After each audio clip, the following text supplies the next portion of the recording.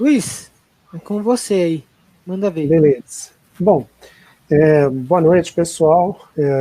Agradeço a presença de vocês, o interesse por um tema aqui bastante interessante, e não em si por causa do estudo da Covid, mas também porque nós podemos usar esse modelo para entender que nós podemos fazer estudos matemáticos ou estatísticos em qualquer outro assunto e usar, né, esse conhecimento, como o mestre Aguinaldo comentou anteriormente, para estudar qualquer outro tipo de mercado, e passa a ser uma carreira cada vez mais importante, a carreira de cientista de dados.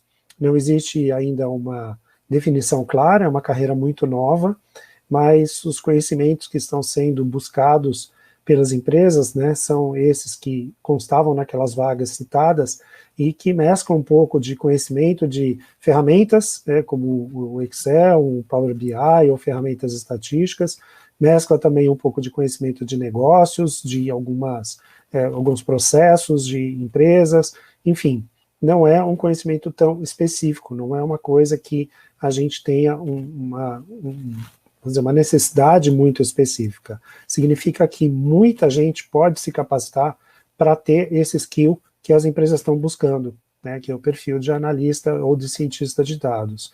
E o que eu vou trazer para vocês hoje aqui é um modelo de estudo que está sendo aplicado nesse caso da Covid, mas poderia estar sendo aplicado para estudar qualquer outra característica aí de mercado, né? Então, isso é só um exemplo que nós estamos usando aqui, o Covid, mas, na verdade, o mesmo modelo de estudo poderia ser feito para qualquer outro assunto aí de interesse de uma empresa ou de uma organização. Ok?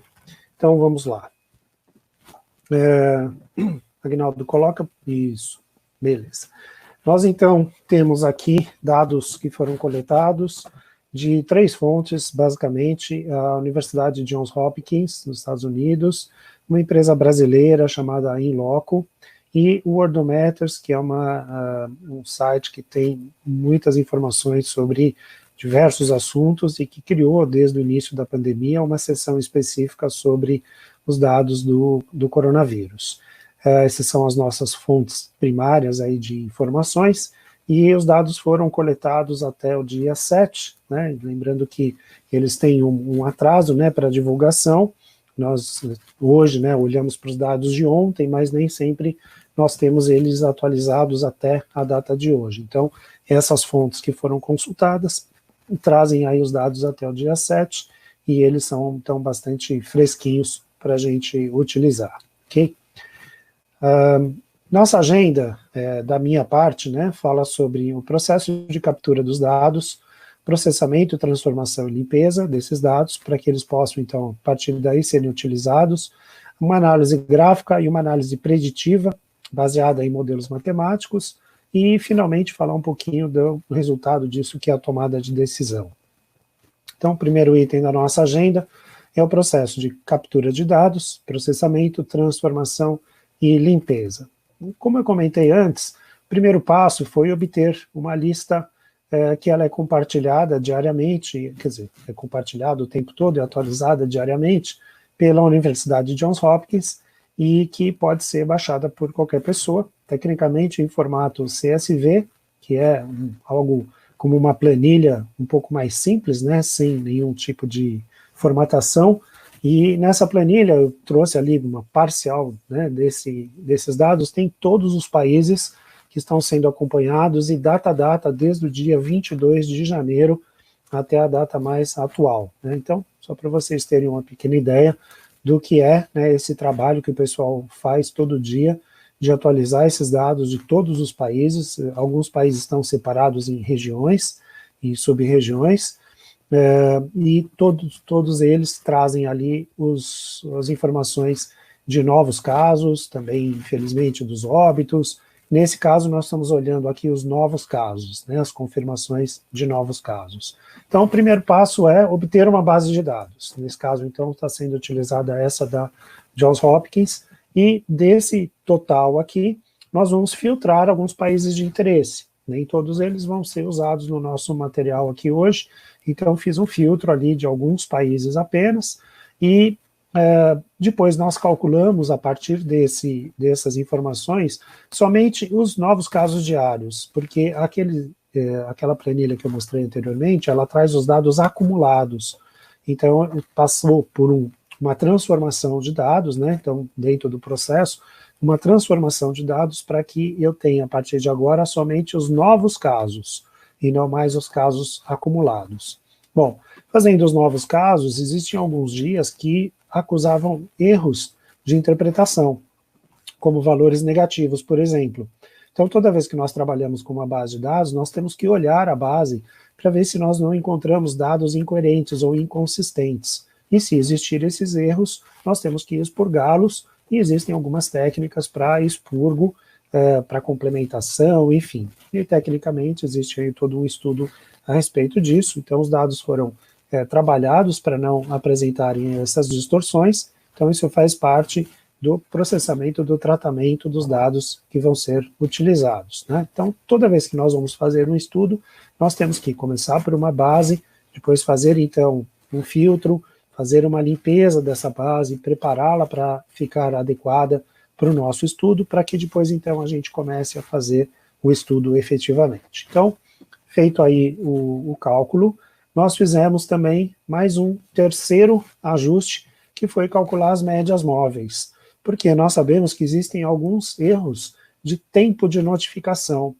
Nos fins de semana, por exemplo, nós temos, assim, para quem acompanha, né, as notícias, vem lá que no sábado teve poucos casos, domingo teve poucos casos, começa a dar aquela esperança, né, puxa, está caindo a curva, chega na segunda e terça-feira, volta a subir os casos. Isso porque os sistemas de notificação não funcionam, muitos deles, nos sábados e domingos. Os cartórios não funcionam aos sábados e domingos. Então, existe naturalmente uma subnotificação. E aí, no início da semana, o número cresce e dá a impressão que agora ficou tudo muito ruim de novo. Então, o cálculo da média móvel, ele serve para atenuar essas distorções e fazer com que a curva seja um pouco mais fluida, né, para que a gente consiga enxergar a curva e a evolução disso sem ter tantos efeitos de um dia específico ter sido muito, registrou muitos casos ou muito poucos casos, ok? Então, o terceiro passo foi calcular as médias móveis para fazer essa atenuação. E a partir daí, então, nós podemos trabalhar com os dados. Então, indo para a segunda parte, análise gráfica e análise preditiva, baseado em modelos matemáticos. Então, já fizemos a preparação da nossa base, podemos agora, então, começar a fazer esse trabalho de análise. Então, começando aqui por traçar gráficos, e desses gráficos escolher e aplicar um modelo estatístico de predição. Então, ali à esquerda tem um exemplo de um gráfico, somente um exemplo visual, e à direita nós temos aqui um modelo estatístico que é a curva normal, a curva de distribuição chamada curva normal ou distribuição de Gauss, que foi então utilizada para fazer o acompanhamento dessas curvas em vários países diferentes, ok? Então, escolhido um modelo estatístico, escolhido aí um gráfico, nós vamos então partir agora para análise. E dentro disso eu trouxe alguns países para a gente fazer a comparação, então. Nós temos aqui a sobreposição dessas duas formas de interpretação. O gráfico que está com a linha mais grossa, né, é o real. Então, nós temos aqui o exemplo do país Espanha, desde o início lá de 15 de fevereiro até os dias de hoje, né? Ali aparece no gráfico 4 de julho, lembrando que a gente tem até o dia 7, mas o gráfico não mostra, né, na legenda o último dia. Então, nós temos aqui a evolução de como tem sido aí o comportamento de novos casos na Espanha, e uma linha mais fina, sobreposta, mostra então a curva normal ajustada. Então veja que no início da pandemia e até o pico, e um pouquinho depois até o momento de começar a descer, nós tínhamos ali uma curva praticamente perfeita aqui no acompanhamento da pandemia no país Espanha. Mas em algum momento ele começou a manter-se acima daquilo que era o esperado segundo a curva normal. E a leitura desse fenômeno aqui é porque nós tivemos aqui, a partir, depois de 50 dias de isolamento, nós tivemos abertura parcial e incluindo até escolas, né? Algumas escolas voltaram para o final do semestre no hemisfério norte, lá no final de maio, e aí nós temos então uma tendência, né, dessa curva não baixar tão rapidamente assim. E depois ela se mantém aqui num patamar, claro que bem melhor, né, do que foi num pico, mas ainda mantém-se aqui alguns casos de contágio e vai acompanhando assim, né? Situação bastante controlada, situação bastante tranquila, né, nesse país, mas a gente vê aqui como que é o comportamento da curva real sobre uma estimativa que foi feita, ou seja, essa curva normal serve muito bem para explicar a pandemia até o seu pico e até um pedacinho aqui da curva de descida. Depois ela perde, né, o seu valor de predição, porque ela não acompanha mais a tendência de novos casos da doença. No outro caso, aqui é o da Suíça, também nós vemos aqui, da mesma forma, a curva mais grossa, o real, e a curva mais fina, a curva normal aplicada, de novo, no início até o pico, e um pouquinho depois, serve muito bem para explicar. Ele não tem tanto descolamento em relação ao que era previsto, né? Então teve aqui demorou um pouquinho mais para cair, mas ele se acompanhou muito bem conforme a previsão anteriormente feita, tá? Aqui, detalhe importante, aqui no finalzinho de julho, início de julho, começo das férias do hemisfério norte, nós começamos a ter um aumento novo de casos aqui que precisa ser controlado, precisa ser muito bem trabalhado pelas autoridades locais, né? Aqui, no caso da França, nós temos também ali uma característica de predição bastante importante em relação à curva normal, né, que se assemelha muito no pico, na curva de subida até o seu pico, e depois na descida ainda acompanha um pouco, mas aqui acontecem algumas coisas que trazem aqui algum motivo de preocupação, né? Nós vimos que na França houve aí alguns casos de aberturas parciais, e isso vai fazendo com que aumente os números de contágios, e aqui nós vemos uma ligeira tendência de subida novamente, né? Então, embora tenha se mantido aqui, existe uma tendência de subir novamente esses níveis, né? Então, todos esses países são do hemisfério norte, estão chegando lá no momento de férias, abertura de fronteiras, então começa a ter uma vida social mais intensa, e naturalmente ocorrem aí mais contágios, né? Um outro país que nós utilizamos para fazer a comparação, a Bélgica, ela teria aqui uma curva talvez um pouco mais larga, né, do que a curva que está desenhada aqui, mas tem também um comportamento bastante parecido, que mostra que existe aí uma boa relação entre a curva normal e a curva que foi detectada na realidade, no acompanhamento da doença, né? Eu coloquei aqui, né, não estou passando essas informações em detalhes, mas basicamente nós tivemos o início do isolamento em todos esses países, mais ou menos no mesmo momento, né, na meados de março. O pico para esses países aconteceu bastante cedo, né, porque eles fizeram um fechamento bastante efetivo, um fechamento radical, e as pessoas realmente foram todas, né, para dentro de casa, e isso fez com que houvesse, né, um controle muito maior. Por isso eles rapidamente atingiram o pico, em função das pessoas que já estavam contagiadas, né, ou de contágios familiares, né, uma vez que um membro da família, mesmo isolado, está convivendo com outros da mesma família, acaba que outras pessoas se contagiam também, mas a partir do momento em que aquilo que era do entorno familiar ou daqueles que estavam infectados apresentaram sintomas, a partir daí você verifica uma queda bastante abrupta. E então esses países todos da Europa tiveram essa característica muito semelhante, né, de fechamentos bastante severos, lockdown, né, como se utilizou aí bastante o termo, e isso fez com que eles atingissem rapidamente o pico e pudessem então ter fôlego para trabalhar mais tranquilamente com a doença, né? Outro país que foi trazido para cá foi a Alemanha, né? Também, de novo, nós vemos aqui o quanto a curva normal, em linha mais fina, se assemelha à curva de contágios, novos contágios reais, né? No início, na parte de subida, no pico, e na curva de descida até metade dela, a curva normal serve muito bem para explicá-la. Depois ali da metade para diante a gente tem uma expansão ali, ainda uma manutenção dos casos de contágio um pouco mais alto, mas a gente tem visto que isso é uma coisa constante também nos outros países, né? O modelo talvez mais adequado para se estudar essa curva, né, de saída seria uma curva normal com cauda, né? Nós chamamos de curva normal com cauda, onde a parte da direita dela tem uma extensão, ela não desce tão rapidamente, ela tem uma demora mais para descer e tocar o eixo horizontal novamente, tá? Mas aqui foi feito somente esse da curva normal simples.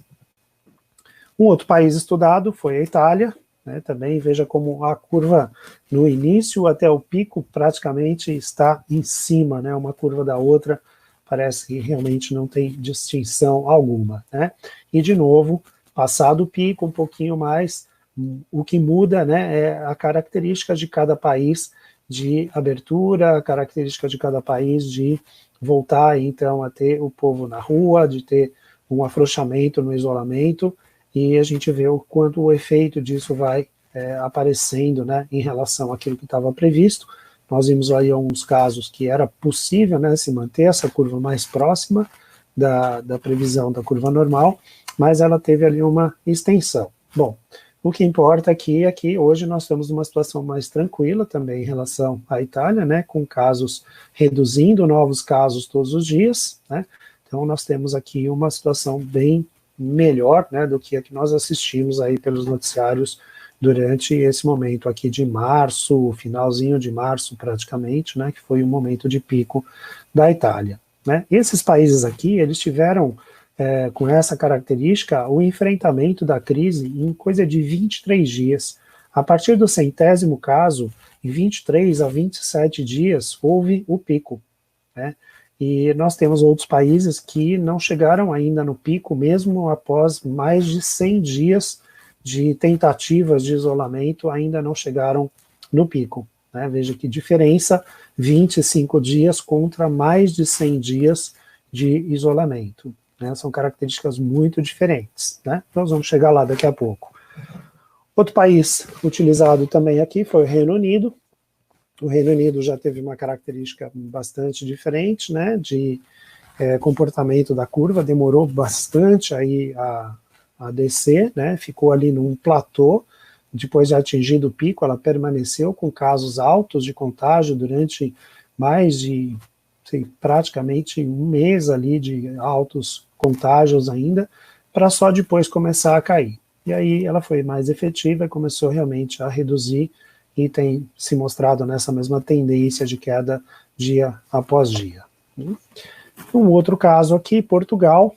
Portugal tem uma característica interessante, porque a sua curva seguiu a curva normal no início, teve uma queda, como já esperado, um pouco mais lenta do que a curva previa, mas em seguida começou a fazer a abertura dos comércios e tudo, e começou Portugal também liberou as escolas, né, rapidamente, e começou a ter um crescimento de novo muito grande do número de contágios. Então vocês percebem aqui que desse momento aqui, lá para 15 de maio, dali para diante praticamente o número de novos contágios todo dia só sobe. Então, uma tendência de alta aqui que preocupa bastante esse país, tá? Então, vejam como é importante a gente ter aí na ponta dos dedos, né, esse acompanhamento para saber o momento de abertura, o momento de voltar a regredir um pouco no isolamento, para que a gente possa, então, fazer o controle melhor dessa curva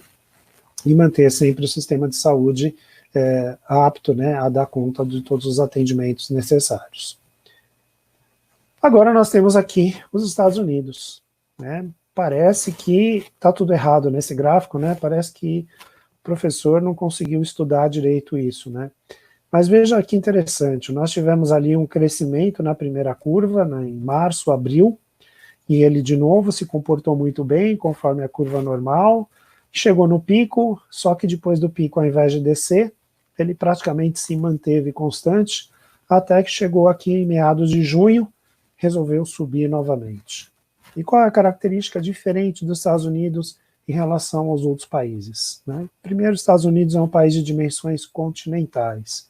Segundo, é que o país é formado por estados independentes, e cada estado teve a sua política de confinamento, de isolamento social, adotada de maneira diferente de outros estados.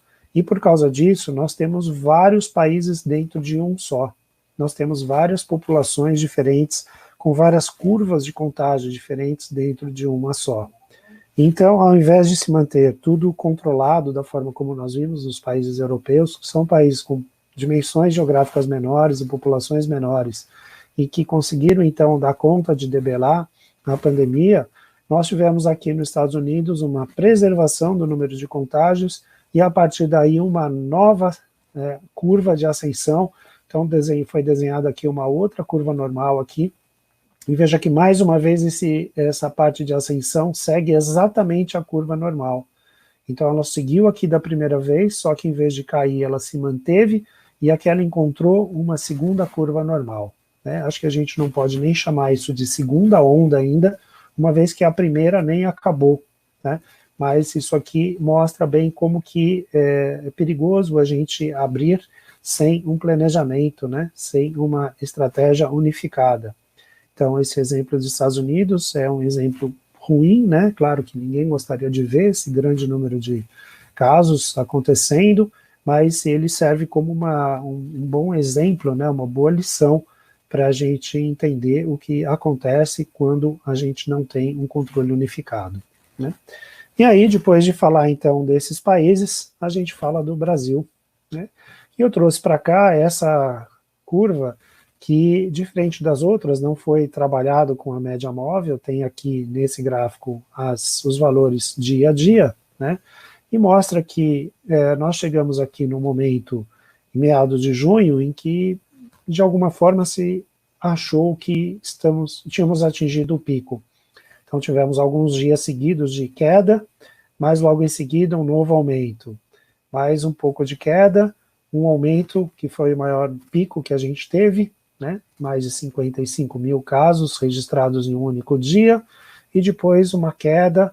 Então agora vai baixar, né? Opa, mas aí começou a subir de novo. Pô, mas aí começou a baixar de novo, mas subiu de novo. E agora, mais uma vez, nós temos uma tendência de baixar, mas olha, já subiu de novo, né? Então nós temos essas características aqui de que toda vez que nós achamos que vai reduzir, parece que tem de novo uma alta, né? Mas o que a gente pode concluir daqui? Olhando o gráfico, dá para concluir alguma coisa? Não dá, né? Então a gente usa outros modelos para conseguir entender melhor, né? E aí mais especificamente no caso de interesse nosso, que é o Brasil. Então, nós trabalhamos aqui, agora sim, com as médias móveis, né? E colocamos ali aqueles períodos que foram desenhados como tentativas, né, ou que nós idealizamos que seriam momentos de atingimento do pico, né, então marcados ali nos três círculos vermelhos, e veja que nós continuamos ali subindo, né, e coloquei ali então uma curva normal, equiparando ali aos dados do gráfico reais, né, mostrando que a gente está ainda, né, num momento de subida, talvez atingindo o nosso pico aí nesses dias, tá? E aí, daí estudando um pouquinho melhor aqui o Brasil, né, olhando agora os dados da Worldometers, né, dia a dia, foi colocado então aqui de uma forma mais precisa, né, as informações, e aqui mostra então que essa curva normal talvez seja a mais adequada para o nosso estudo, né, a que está mais fidedigna, mais precisa em relação ao nosso comportamento, e ela sugere, né, que se nós não tivermos, então, novos casos, novos aumentos de casos, nós já passamos, sim, pelo pico e estamos começando a descer, né? A grande questão agora é, se nós atingimos o pico e estamos descendo, nós vamos seguir esta curva azul, que está aqui, ou nós vamos ter uma curva mais aumentada aqui, demorar mais para atingir os níveis mais baixos, ou pior que isso, nós vamos ter um comportamento de uma segunda onda antes mesmo de acabar a primeira, como nós vimos no caso dos Estados Unidos. Essa é a grande questão a partir de agora, né? Então, na minha expectativa é que a gente tenha, assim, atingido o pico nesse momento, que a gente volte, então, a reduzir o número dia a dia, né, embora aconteça ainda alguns pequenos aumentos, mas que, no geral, a gente tenha uma queda contínua e sustentada, mas a forma como a gente vai fazer o retorno aos negócios, à economia de uma forma geral, é que vai ditar como vai ser o comportamento do vírus, dos novos contágios a partir deste momento, ok? Como bem exemplificado ali pelos modelos dos países anteriores. Bem, a partir daí, então, nós partimos para a tomada de decisão, né? Nós temos já os modelos servem para nós nos situarmos, né? Encontramos ali um modelo que sirva para entender os dados, para acompanhá-los de uma maneira e até predizer qual seria o comportamento desses dados nos próximos dias ou no futuro, né? Lembrando que quanto mais longínquo esse futuro, mais difícil é de fazermos a previsão, mas nós podemos prever o que vai acontecer nos próximos dias e monitorar continuamente para mudanças de rota, e assim é feito nos negócios, assim é feito nas empresas, né? Usa-se os modelos, usa-se a estatística para fazer a análise, e a partir daí você toma decisões. Não decisões que são imutáveis, que vão valer para o semestre inteiro, mas decisões que são reavaliadas todos os dias, né? E isso faz parte do processo de análise e tomada de decisão. E isso faz parte da estratégia da empresa, né, da organização que está se ajudando ali nesse momento, ok? Então, falando sobre a tomada de decisão, nós temos algumas considerações a respeito dos dados que estão no entorno e também restrições, coisas que são possíveis a gente alterar e coisas que estão fora do nosso domínio, chamadas variáveis exógenas, que nós não podemos controlar, tá? Então, uma das coisas que tem que ser considerado, né, nesse tomada de decisão é, por exemplo, o isolamento. Isolamento social medido pela Inloco, né, nesse endereço aí, mapa brasileiro da Covid, nós temos ali o acompanhamento do isolamento social, que é monitorado pelos aparelhos celulares, né, como nós já sabemos. A curva mais forte, né, que parece ali um eletrocardiograma, né, mostra que nós temos um isolamento maior aos domingos, né, e nos outros dias da semana nós temos uma queda no isolamento, né, ele varia ali entre 35% e 66%, né, mas mostra que dia a dia ele tem reduzido, né, tem tido uma tendência de queda, como mostra a linha que está mais ao fundo ali, que significa a média móvel dessa mesma variável, ok? Então nós vemos ali que existe uma tendência de cada vez mais as pessoas estarem nas ruas, cada vez menos isolamento é verificado. Essa é uma consideração importante para a gente observar. A partir daqui, a ideia que me ocorreu é a seguinte: será que existe alguma relação entre esses picos e vales que nós encontramos na curva do Brasil de novos contágios e os isolamentos que eu mostrei no gráfico anterior? Para isso, então, eu trouxe mais um modelo estatístico com um software chamado UECA, que foi desenvolvido por uma universidade na Nova Zelândia, chamada Universidade de Waikato. É um software livre para estudo estatístico, bastante simples de usar, gratuito, né, totalmente gratuito, e com ele eu fiz uma análise dessas duas informações, do isolamento e também dos novos casos de contágios que eu já tinha mostrado. Coloquei esses dois dados para conversar. E uma das análises estatísticas que foi feita foi a clusterização, o agrupamento. O agrupamento, pela análise do ECA, trouxe aqui 3 grupos, grupo 0, grupo 1 e grupo 2, e nós temos aqui o isolamento, a média dos isolamentos, esse número 39 aqui, ele foi ajustado, né, ele é 39%, aqui é 45% e aqui 48%, tá? Então a média do isolamento do grupo 0 é de 39,4%. A média de isolamento do grupo 1, 45%, a média de isolamento do grupo 2, 48%. Bom, nesses 3 grupos, o que nós temos como novos casos de contágios? A média para o grupo 0 foi de 32 mil novos casos. Então, menor isolamento, 39% de isolamento, 32 mil novos casos diários. Média de isolamento subiu para 45, novos casos caiu para 10.400 casos. Média de isolamento subiu para 48, média de novos casos, 900. Então, dá para a gente perceber claramente que existe uma correlação entre essas duas variáveis, que conforme nós temos um aumento do isolamento, nós temos uma redução nos números de casos. Então, nós chamamos isso de uma correlação negativa, né? E quem fez, então, essa clusterização foi o próprio software, né, com técnicas estatísticas inerentes ao próprio uso dele, e a partir daí nós analisamos os resultados disso. E nós claramente definimos, então, e percebemos esses três grupos, onde fica claro, né, que com o aumento do isolamento cai o número de novos casos. Então, existe sim uma relação entre o isolamento social e o número de novos casos no nosso país, tá? Especificamente aqui para o Brasil. Tá? Esse é um outro exemplo, né, de utilização da estatística para a gente acompanhar aí uma tendência, acompanhar o conjunto de variáveis de mercado, no caso, correlação de duas variáveis diferentes, casos novos e isolamento.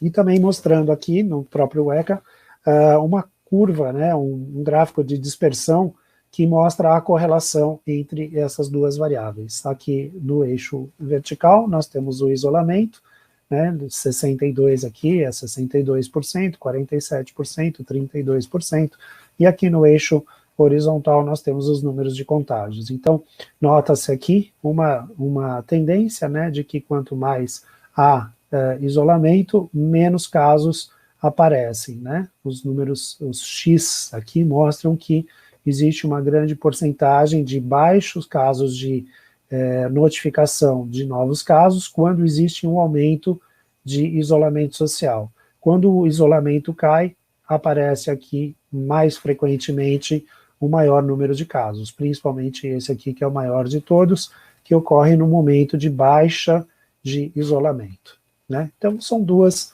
análises aí interessantes também que a gente traz para ilustrar um pouco mais essa questão da análise estatística, da análise da matemática em cima de dados quaisquer, né? Poderia ser qualquer outro dado, eu trouxe esses dois para conversar. Luiz, sim.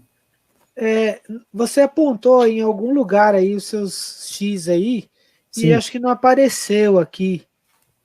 Se você estiver usando o PowerPoint, acho que tem como acender o light aí do cursor, suponho. É que na hora que você mexeu o teu cursor aí, acho que... Ah, não. Teu cursor tá lá em cima. Isso. Tá aqui no meio. Tá aí no meio? Então ele não aparece, que pena. Você quis exemplificar pra gente e não deu certo. Tá. Eu não sei se... Vou tentar traduzir de outra forma, então. Acho que é melhor, porque valeu. Eu entendi, mas acho que outras pessoas podem não ter compreendido aí. Legal. Vou tentar traduzir de outra forma. Se a gente observar aqui, cada um desses X que está aqui no gráfico representa uma ocorrência diária, né? Cada um deles é um ponto no eixo X e um ponto no eixo Y, ou seja, um dado dia de uma quantidade de isolamento verificada naquele dia e o número de contágios naquele mesmo dia, né? Se nós observarmos à direita do gráfico, no último ponto aqui, na parte de baixo, né, nós temos um X aqui bem isolado dos outros, né, bem em cima ali do número 54771. Né? Esse X que está isolado aqui, ele representa o maior número de casos novos em um dia, e a gente pode ver pela posição dele no gráfico, no eixo vertical, que ele significa um baixo isolamento. Ou seja, o dia que nós tivemos o maior número de casos, foi um dia que coincidiu de nós termos muito pouco isolamento social também. Né? E se nós analisarmos a quantidade de X que nós temos aqui nessa parte inferior da nossa curva, né, nós vemos que quanto menos isolamento, ou seja, quanto mais baixos esses pontos estão, mais à direita eles estão também. Né? E ao contrário, quando nós temos os pontos mais altos, significa maior isolamento, nós temos os pontos mais à esquerda, ou seja, menos contágios, tá? Então, o gráfico ajuda a ilustrar aquilo que o cluster já disse, né, que é a tendência de que quanto maior isolamento, menos casos nós temos, tá? Então, é isso. Continuando, então, a análise, algumas coisas em relação aqui a características, né, desses países que foram trazidos aqui para ilustrar, né, à esquerda ali, um detalhe, essa imagem ela foi atualizada só até 26/6, mas não causa nenhum problema, porque só muda ali pontualmente o número de novos casos, mas não vai mudar o tamanho do país nem a população do país, então não interfere aqui para a nossa análise. Nós temos aqui na tabelinha da esquerda o número de casos que foi totalizado ali até 26/6, o país correspondente, na tabelinha do meio a população de cada país em milhões de habitantes, e uma divisão de casos por milhão de habitantes, né, de novos casos por milhão de habitantes. Nós temos ali, então, os países que têm maior interesse aqui para a gente, marcados ali em verde e em azul, né, verde a segunda linha, azul a última linha. Nós temos o Brasil, com 5.600 casos por milhão de habitantes, e os Estados Unidos, 7.200 casos por milhão de habitantes. Os outros países todos têm casos menores, né, talvez um pouco próximos ainda a gente, 5.200, mas os outros têm casos muito menores por milhão de habitantes, né? Significa que a nossa curva de contágio, assim como os Estados Unidos, é bastante alta em relação à população.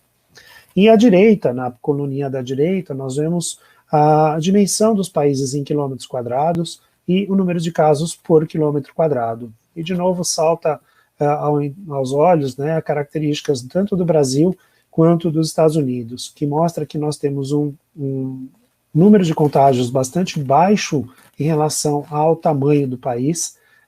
Os Estados Unidos também, o Brasil é o menor de todos, né, 139 casos por milhão de quilômetros quadrados, e os Estados Unidos 250, enquanto os outros países chegam a números de 1.900, né? Então números muito maiores do que os nossos. E isso traz, né, para a nossa análise duas características bastante interessantes. Como eu disse antes, são vários países dentro de um só. Acontece aqui, acontece nos Estados Unidos também.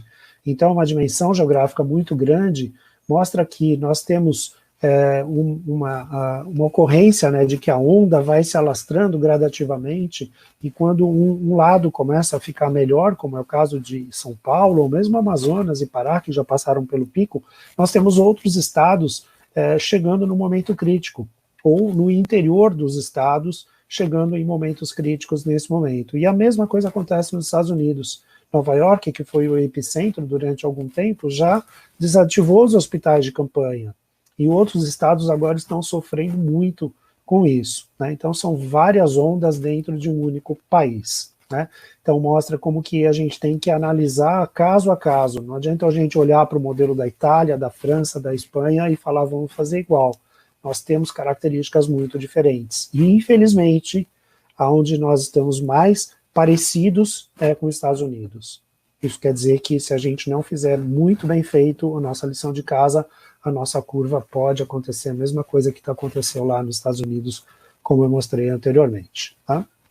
Para a gente caminhar aqui, a gente pode ampliar a análise olhando dados externos. Nós temos aqui, de novo, da fonte do Worldometers, do lado esquerdo, novos casos diários no mundo. Então veja que o número de casos no mundo tem continuamente subindo, né? Nós tivemos ali a primeira onda ali por volta de 22 de março a 3, 5 de abril, né, os primeiros países que passaram pela crise, mas depois, como a epidemia se alastrou pelo mundo, o número só vem crescendo, né? Felizmente, o gráfico da direita mostra que o número de mortes diárias vem caindo. De novo ali no começo, né, final de maio, de março e abril, nós tivemos picos, né, de mortes diárias, mas depois, apesar do número de infectados novos ter crescido continuamente, o nosso número de mortos diários tem se mantido. Isso quer dizer que talvez a gente esteja aprendendo a lidar melhor com isso em termos médicos, né, esteja aprendendo a lidar melhor com a doença, e com isso existe uma tendência de baixa da mortalidade da doença. Né? Então, se de um lado é ruim, a gente está ainda num crescente de números de novos casos, de outro a gente está conseguindo, tecnicamente, né, cientificamente e em termos de medicina, controlar melhor esses casos, ok? E, para finalizar, chegamos no ponto da decisão, né? Manter distanciamento social ou abertura gradual. Né? Então, com todos esses dados em mãos, né, nós podemos, então, começar a tomar as nossas decisões. E aí, estou dizendo uma nossa decisão não é minha, sua, de ficar em casa, é decisão em termos de governo, é decisão em termos de estado, de país ou de região, de como trabalhar. Né? Então, trabalhar todos esses dados que estão aí disponíveis gratuitamente para todos, né? Fazer um trabalho adequado em cima desses dados nos permite, né, a possibilidade de que a gente possa fazer um planejamento adequado e sempre continuar acompanhando para ver o resultado disso. Então, a mensagem principal é essa: como utilizar as ferramentas estatísticas para que a gente possa, então, chegar a uma tomada de decisão segura, tá? Então, essa foi a minha contribuição aqui para o nosso bate-papo de hoje, né? Fico à disposição depois aí que o professor Hilton fizer a apresentação dele, acho que a gente tem um espaço ali para perguntas, fico à disposição de vocês, se vocês quiserem entrar em contato comigo, estão aí meus dados no slide, né? Meu e-mail, meu canal no YouTube, onde eu tenho colocado alguns informativos também sobre isso, e fique em casa, né, se você puder, e tenha certeza de que isso vai passar e a gente vai vencer essa com tranquilidade, ok?